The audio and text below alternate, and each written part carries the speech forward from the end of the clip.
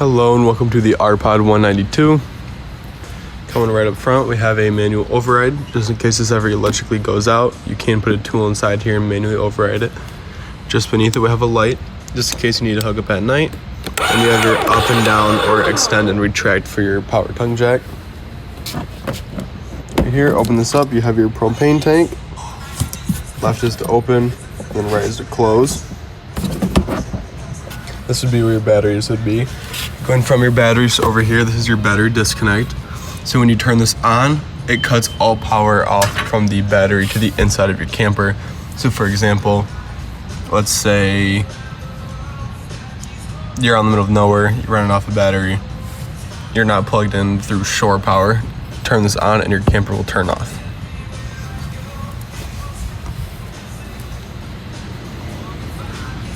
You have your storage here.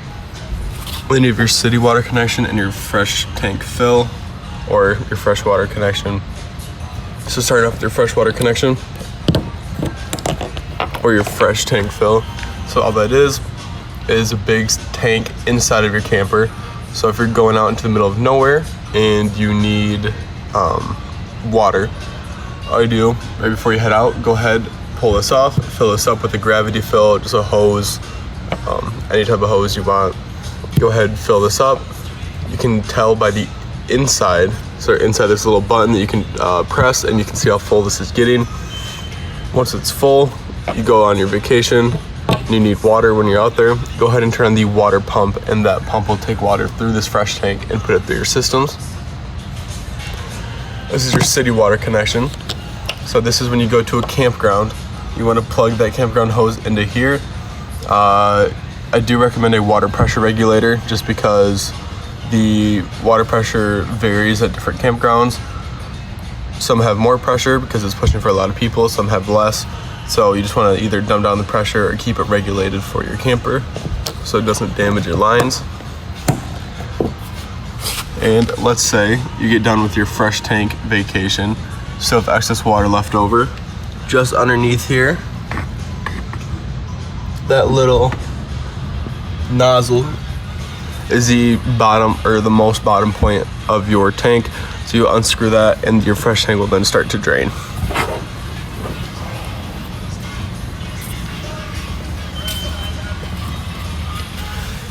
Coming to your tires, on both sides you have this little green knob. That green knob indicates that your tires are filled with nitrogen, but you are able to fill it with regular air. It doesn't inflate or deflate with temperature change.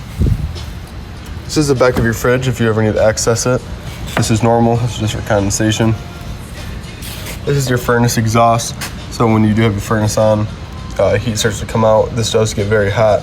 So all it is, if you have any little kids or someone who may not know, just tell them don't touch this because it will get burned. This is your shore power or camp power here. Cable satellite, just in case you have a TV outside. And then under here, you have your sewer system. So you have your gray tank and your black tank. Your gray tank is gonna be for your showers, sinks, stuff like that. Your black tank is gonna be for your toilet. So this is gonna be the dirtiest water. So what I do recommend doing is doing the dirtiest water first. So the black tank, that'll help get all your toilet paper and whatnot out. And then after that, go ahead and do your gray tank because that's gonna be the cleanest water out of the two. So I do recommend doing that last just to give it one last little extra rinse before you go ahead and put your hands on the sewer hose. Also, just to the right of it, you have your hot and cold side of the low point drains. That's the two lowest points in your camper on the hot and cold lines. So you just open those up and that'll drain everything out. Coming to the back of your camper here, you have your ladder, backup camera if you do purchase one. If you do purchase one, all you gotta do is unscrew the 4 little screws, pop that plate off, insert your camera, and then it comes with a little tablet that you can plug in your cigarette lighter. Once that tablet is in your cigarette lighter, once your camera is plugged in, go ahead and turn your running lights on, and then that camera will then start to feed footage through. Coming to your water heater, this is your anode rod. This anode rod goes into this hole here with a 1 1/16 socket. You want to tighten that anode rod down. That anode rod protects your tank. All the hard water will eat up that and not your tank. So when it's all tightened down, go ahead, turn on the hot side of your faucet on the inside of your camper. once that hot side of the faucet has a steady flow and not chopping, because once the chopping's done, that means all the air is pushed out. So the chopping is just the air in the lines getting pushed out. So once again, once you have a steady flow, there's no chopping, go ahead and then turn your water heater tank on through the inside, which I'll show you the buttons for. But after a while, it does get stagnant. So let's say after a couple of days, you need to empty it. All you gotta do, pull the pressure release, you'll hear it hiss. Once it's done hissing, then go ahead, take your socket, pull its anode rod out, and the water will then start to drain. If you just did it and then folded it back, the water will come out slow. You want this tab open, and then the water will then come out a lot faster. Coming over here to the other side, you have your black tank flush.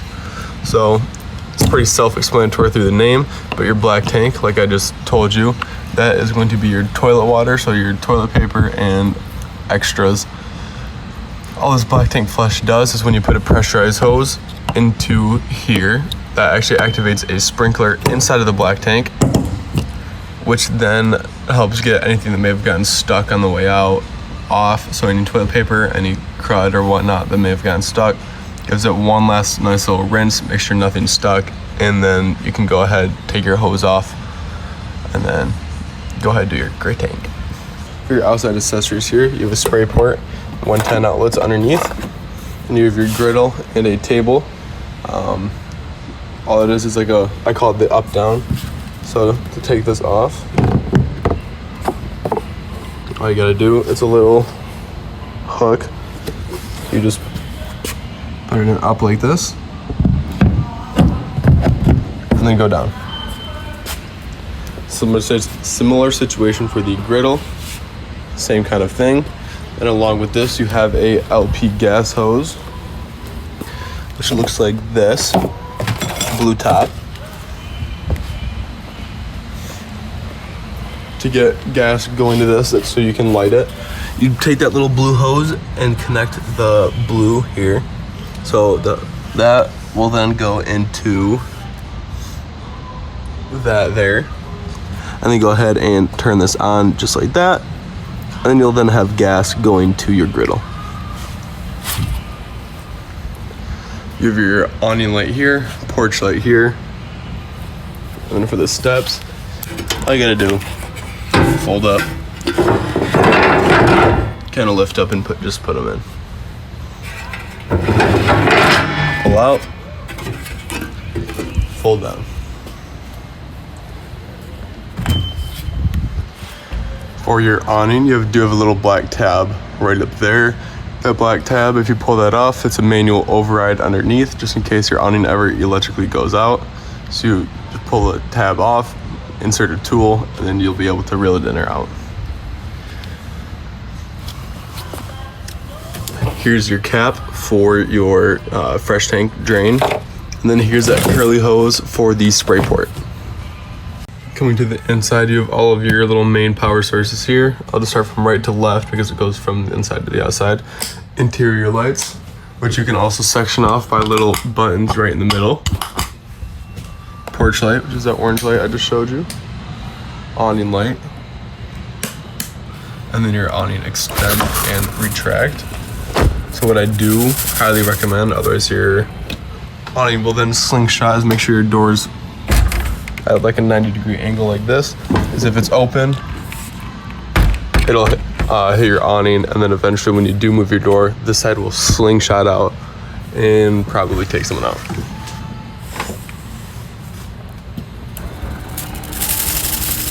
So I can't fully extend the awning at the moment, but you will know it's fully extended when the excess flap flops down, and then you can see the black bar underneath. To pitch it for the rain, go ahead and just pull. This elbow will then bend, and then this side will then lean down, and then the rain will fall off. It claims you can run it in bent, but I do recommend just leaving it straight. It's just a recommendation. You can do whatever you like to. I'm gonna turn your couch into a bed here. So all you gotta do, grab underneath, lift up and pull. That'll fold down. Go ahead.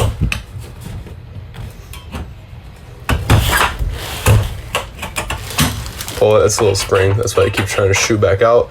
All you gotta do is pull. and then pull it down, and it's just that easy.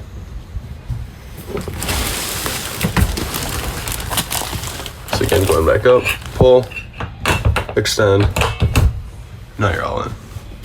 Put the couch back up, you just lift up, keep lifting up and give it a little bit of pressure inwards. Just like that. Down here, you have all of your readers. So you have your battery, fresh tank, black tank, and gray tank, along with the water heater. So once again, once the anode rod is in, nice and tight, the hot water is on. There's no chopping, it's a steady flow. Go ahead, turn this on, and then your water will start to heat. For your water pump, once you have water inside that water pump, you can tell through this fresh tank here. Go ahead, turn the water pump on, and then your fresh tank will then push, your fresh tank of water will let it get pushed through the system.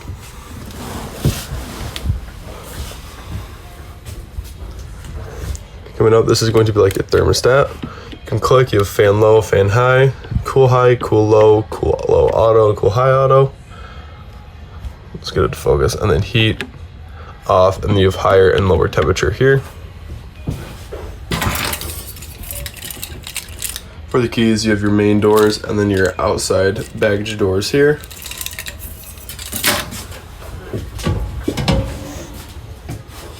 For this to light, just press, turn, and go ahead and ignite with the lighter. Same goes for this one, press, turn, ignite with the lighter.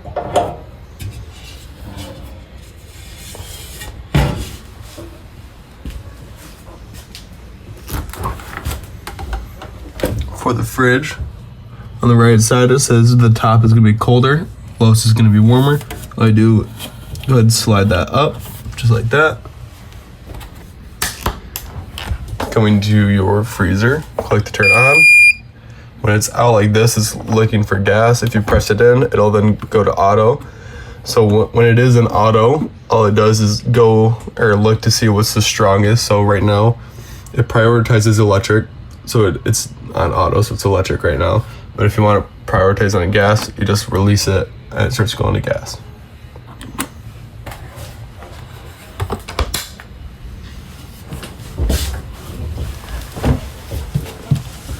Coming down here, you have your breakers and fuses. Everything's labeled just like a house. And I do recommend bringing extra fuses along with you just in case. I would rather just be safe than sorry. Here's your road vac. So to access the inside, you put more bags in, you just pull here, lift out, you can see where the bag is. You just connect that to the other side of this here. You can get a little extension hose, which you can then suck up off the floor. And turn on with this. Or let's say you're sweeping and you can't bend down at the moment, you just lift up.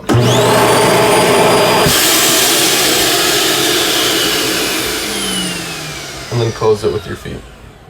Also down here, you have your carbon monoxide detector. This little green light indicates that it's on. Something about your carbon monoxide detector is that it's always running. So what I mean by that is that even if you turn your battery disconnect off and anything, this will always stay on. So what I do recommend doing is if you're gonna leave your camper for about 3 to 4 days, I do recommend taking the negative end off of your battery just so this little green light doesn't kill your battery after like 3 to 4 days. Coming to your radio here, tap to turn on. Zone 1 is going to be inside speakers. Zone 2 is going to be outside speakers, which you can turn off just by tapping, or mute by tapping the upper button once. Turn to the left for lowering your volume, right to the highest. Tap, and then you can go between your equalizer.